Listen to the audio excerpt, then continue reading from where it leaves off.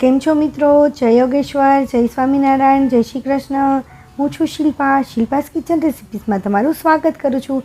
મિત્રો, આપણે હંમેશા 2 થી 3 રોટલી તો વધુ બનાવતા જ હોઈએ છીએ.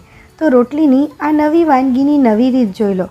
આખા પરિવારને ખૂબ જ ભાવશે અને મોંઘામાં મોંઘી વાનગી સાવ સસ્તામાં બની જશે. આ વાનગી એક વખત ખાશે એટલે વારંવાર બનાવવાનું કહેશે. તો ચાલો આપણે બનાવવાનું શરૂ કરીએ. એ પહેલાં તમને એક રિક્વેસ્ટ છે કે જો તમને આ રેસીપી જોયા પછી ગમે તો એક લાઇક જરૂર કરજો, કારણ કે તમારી એક લાઇકથી મને નવી નવી રેસીપી બનાવી અને તમારા સુધી પહોંચાડવાનું મારું પ્રોત્સાહન વધે છે. તો એક લાઇક જરૂર કરજો અને નવી રેસીપીના નવા વિડીયો જોવા માટે ચેનલને સબસ્ક્રાઈબ ન કર્યું હોય તો સબસ્ક્રાઈબ કરી લેજો, જેથી નવી રેસીપીનો નવો વિડીયો તમારી પાસે તરત પહોંચી શકે. તો ચાલો બનાવવાનું શરૂ કરીએ.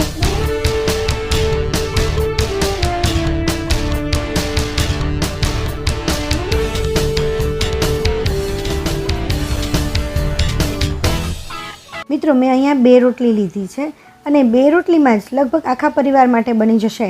આપણા પરિવારમાં 5 થી 6 લોકો રહેતા હોય તો 5 થી 6 લોકોને આરામથી થઈ જશે. તો એના માટે અહીંયા એક પેનમાં મેં દૂધ લીધું છે. દૂધ 1 વાટકો છે, એટલે લગભગ અડધા લીટરથી પણ અડધું દૂધ છે એટલું દૂધ લીધું છે મેં. અને એની અંદર આપણે રોટલીને રાખી દઈશું. બંને રોટલી આપણે દૂધમાં નાખી અને એ ચમચી વડે થોડું પ્રેસ કરી દઈશું અને આખી રોટલીને દૂધવાળી કરી લઈશું. આ રીતે સરસ દૂધવાળી થઈ જવી જોઈએ. દૂધવાળી થઈ જાય ત્યાર પછી એને આપણે દૂધને ગરમ થવા દઈશું. ગરમ થાય એટલે રોટલી પણ ગરમ થઈ અને સરસ સોફ્ટ બની જશે. જુઓ, આપણે દૂધ ઉકળી ગયું છે અને રોટલી પણ સરસ સોફ્ટ બની ગઈ છે. તો હવે આપણે શું કરીશું કે એને રોટલી જે છે એને આપણે એક મિક્સર જારની અંદર લઈ લઈશું. હળવા હાથે જ લઈ લેવાની છે. જો દૂધમાં રોટલી મિક્સ થઈ જાય તો કોઈ ચિંતા નથી કરવાની, કારણ કે એ પણ આપણે આગળ જોઈ લઈશું કે શું કરવાનું છે. આ રીતે હળવા હાથે આખી જ રોટલીને મિક્સર જારની અંદર લઈ લેવાની છે.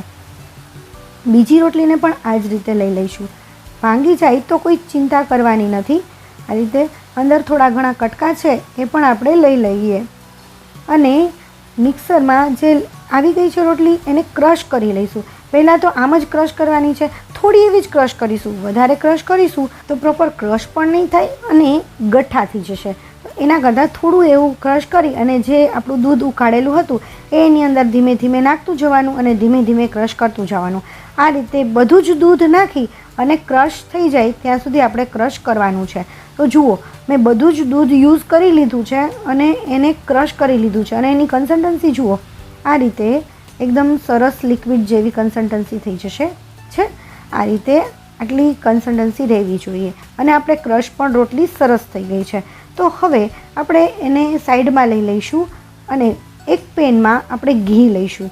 ઘી લગભગ 5 ચમચી જેટલું હું અહીંયા ઘી લઉં છું. તમે ગરમ ઘી હોય તો 6-7 ચમચી લઈ શકો છો. ઘી થોડુંક ગરમ થાય એટલે આપણે એની અંદર રવો નાખીશું. રવો મેં અહીંયા નાની એવી અડધી વાટકી લીધી છે અને આપણે એક રીતે ગણતરી કરીએ ને તો 2 મુઠ્ઠી જેટલો રવો થાય એટલો રવો નાખવાનો છે. 2 રોટલી છે એટલે 2 મુઠ્ઠી જેટલો આપણે રવો લીધો છે અને ઘીમાં એને શેકી લઈશું. જુઓ, સરસ બ્રાઉન, લાઇટ ગોલ્ડન કલર જેવો, બ્રાઉન એકદમ બ્રાઉન નહીં, લાઇટ ગોલ્ડન કલર જેવો થાય એટલે એની અંદર આપણે એલચી નાખીશું અને ટોપરાનું ખમણ નાખીશું. એલચી ખાંડેલી લગભગ મેં 3 એલચી જેટલી લીધી છે અને ટોપરાનું ખમણ તમારા ટેસ્ટ પ્રમાણે. ત્યાર પછી વેનીલા એસેન્સ છે. અહીંયા વેનીલા એસેન્સ 3 થી 4 ટીપા અંદર નાખીશું અને બધું મિક્સ કરી લઈશું. હલાવતા જવાનું છે જેથી નીચે ચોટી ન જાય અને વધારે આકરું ન થઈ જાય.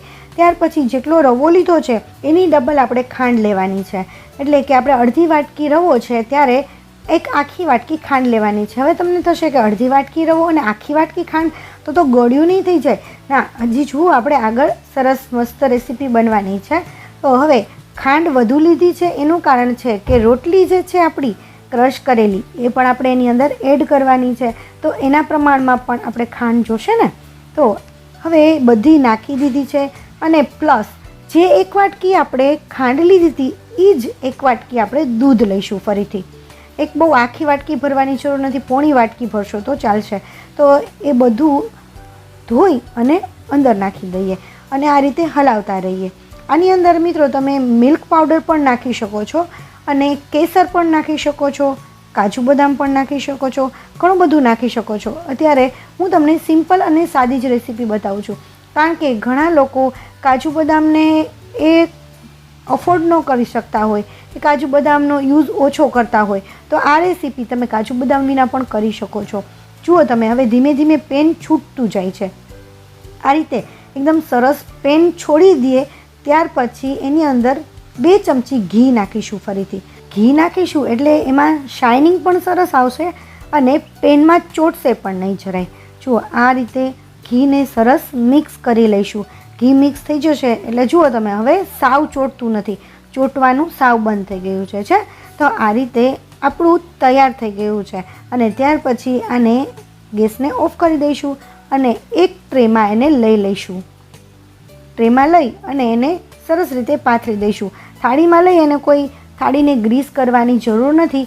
ગ્રીસ કરો તો સારું, અથવા તો ગ્રીસ મેં નથી કરી, છતાં પણ સરસ રીતે એ નીકળી જશે કે નહીં એ પણ આપણે ચેક કરવું પડશે, કારણ કે ગ્રીસ નથી કરી થાળી. આ રીતે તમે વાટકીની મદદ વડે પણ એને એકદમ સરસ લીસું કરી શકો છો. અને ચપ્પુની મદદ વડે તમારા મનપસંદ આકારમાં તમે કાપી શકો છો. અત્યારે હું થોડું લંબચોરસ ટાઈપ આકારમાં કટ કરું છું, અને તમે ચોરસ છે, ડાયમંડ શેપ છે, કોઈ પણ શેપમાં કટિંગ કરી શકો છો. હવે થોડું ઠંડુ થાય એટલે આપણે એને અનમોલ્ડ કરીશું, મીન્સ કે એમાંથી પીસ કાઢીશું. અને આપણે ગ્રીસ નથી કરી થાળી, તો આપણે ચેક પણ કરવું પડશે કે કઈ રીતે નીકળે છે અને કેવું નીકળે છે. તો જુઓ, એકદમ સરસ રીતે નીકળી ગયું છે. આપણે ગ્રીસ નથી કરી તો પણ સરસ નીકળી જાય છે. અમારા ઘરમાં તો આ વાનગી બધાને ખૂબ જ ભાવી, પરંતુ તમને મારી આ વાનગી કેવી લાગી મને કમેન્ટમાં જરૂર કહેજો, અને ગમી હોય તો લાઈક પણ કરી દેજો. અને હા મિત્રો, તમે હજી સુધી મારી ચેનલને સબસ્ક્રાઈબ નથી કર્યું તો રાહ શેની જુઓ છો? આવા જ નવા વિડીયો જોવા માટે ચેનલને સબસ્ક્રાઈબ કરી લેજો. Thank you for watching. નવી રેસીપી સાથે ફરીથી મળીશું. ત્યાં સુધી બાય બાય.